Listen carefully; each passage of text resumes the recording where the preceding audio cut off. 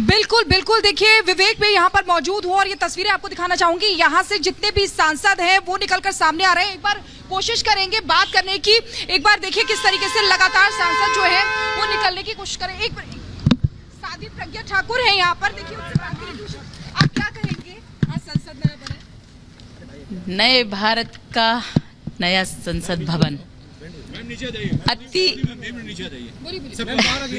हाँ please, thank you ma'am पीछे आ जाइए। तो देखिए एक बार बात कर लेते हैं। आप क्या कहेंगे? इसको बंद कर दे। प्लीज आराम से यार, गैप बना लो, सब लोग आ जाएंगे। आप क्या कहेंगी नई संसद को लेकर? ऐसे बन टू बन नहीं, एक साथ लीजिए ना। क्या कर रहे हो यार आप लोग? आराम से क्या कर रहे हो आप लोग? ये नहीं। आराम से स्पेस दीजिए तो फिर क्या मतलब है? रुको अरे आप स्पेस दीजिए ना दादा, हाथ नीचे सभी मैम, आप खुद यहाँ विजिट की, पुराने पार्लियामेंट और नए पार्लियामेंट में कितना डिफरेंसेस दिखा आपको?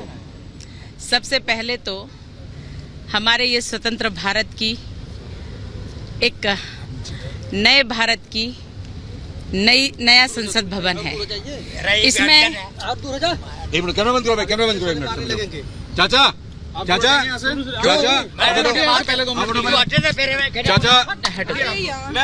यार हद है यार, आपने किसी को भी नहीं लेने दिया। एक थोड़ा सा प्रज्ञा को सुन रही थी, भोपाल से सांसद है, हालांकि अपनी बात वो पूरी नहीं कर पाई और वहां पर मीडिया का जमावड़ा है। हर कोई चाहता है कि जनप्रतिनिधियों की प्रतिक्रिया ली जाए।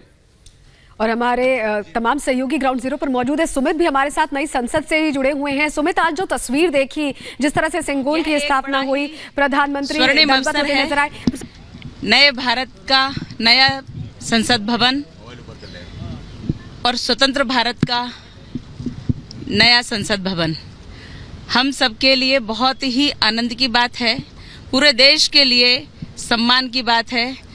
और इसमें नए कार्य, नया उत्साह, नई उमंग, नए संकल्प और नई पूर्णता के साथ यह संसद भवन हम सब लोगों के लिए एक नया इतिहास लेकर के आएगा, स्वर्णिम इतिहास लेकर के आएगा। और निश्चित रूप से हमारे देश में जिस प्रकार से प्रगति हो रही है, विकास हो रहा है और 9 वर्षों में ये जो नव निर्माण हुए हैं ये अकल्पनीय थे। सोचा होगा कभी किसी ने कि बनाना है, आवश्यकता है, लेकिन जो संकल्पित होता है और संकल्प सिद्धि की ओर जाता है तो वह माननीय नरेंद्र मोदी जी के प्रयास से हुआ है। उनके शासनकाल में, उनके प्रयास से, उनकी कल्पना से, और ये जो साकार हुआ है आज, हम सब इसके प्रत्यक्षदर्शी हैं और साक्षी हैं। इसलिए पूरे देश को मैं अपनी ओर से बहुत बहुत बधाई देती हूँ। लेकिन आरजेडी के लोग समानता से ताबूत का तुलना कर देते हैं। इसकी ताबूत से तुलना के मतलब क्या होता है? देखिए, एक तरफ तो वो लोग कहते हैं कि संविधान का सम्मान करो, और जब देखो तब वो लोग संविधान का अपमान करते रहते हैं। ये संसद भवन है, किसी का घर नहीं है, ये पूरे देश का सम्मान है। इस पर इस प्रकार की बात करना ये तो अशोभनीय है और ये शर्मनाक है। सेंगोल को लेकर आप क्या बोलेंगे? क्योंकि सेंगोल को लेकर भी लगातार सवाल खड़े करते रहे। वो तो अद्भुत है, वो देश को शक्ति देगा, वो यहाँ न्याय होगा, यहाँ विकास होगा, यहाँ जो भी निर्णय लिए जाएंगे वो अद्भुत होंगे, वो शक्तिदायक है, वो शक्ति स्तंभ है, वो कुछ और नहीं है। हमारे देश की धरोहर है, वो हमारी संस्कृति है। उसमें जो नंदी का शिखर बना हुआ है, इसका तो जो लोग हमारी भारत की संस्कृति से नहीं जुड़े, भारत के ही नहीं है एक्चुअली, वो लोग तो कहेंगे इसको। तो इसलिए हम तो उनको एक बार क्षमा भी करते हैं, लेकिन इतने वर्ष हो गए इस देश में रहते रहते यही पॉलिटिक्स कर रहे हो, यहीं रह रहे हो और इसी को दुत्कार रहे हो। अरे भगवान कब क्षमा करेगा तुम्हें? मुझे तो नहीं लगता कभी क्षमा करेगा। कहना चाहेंगे जो नहीं शिरकत की है आज के दिन, जो ऐतिहासिक पल है 21वीं सदी का, फिर से नहीं शामिल हुए क्या?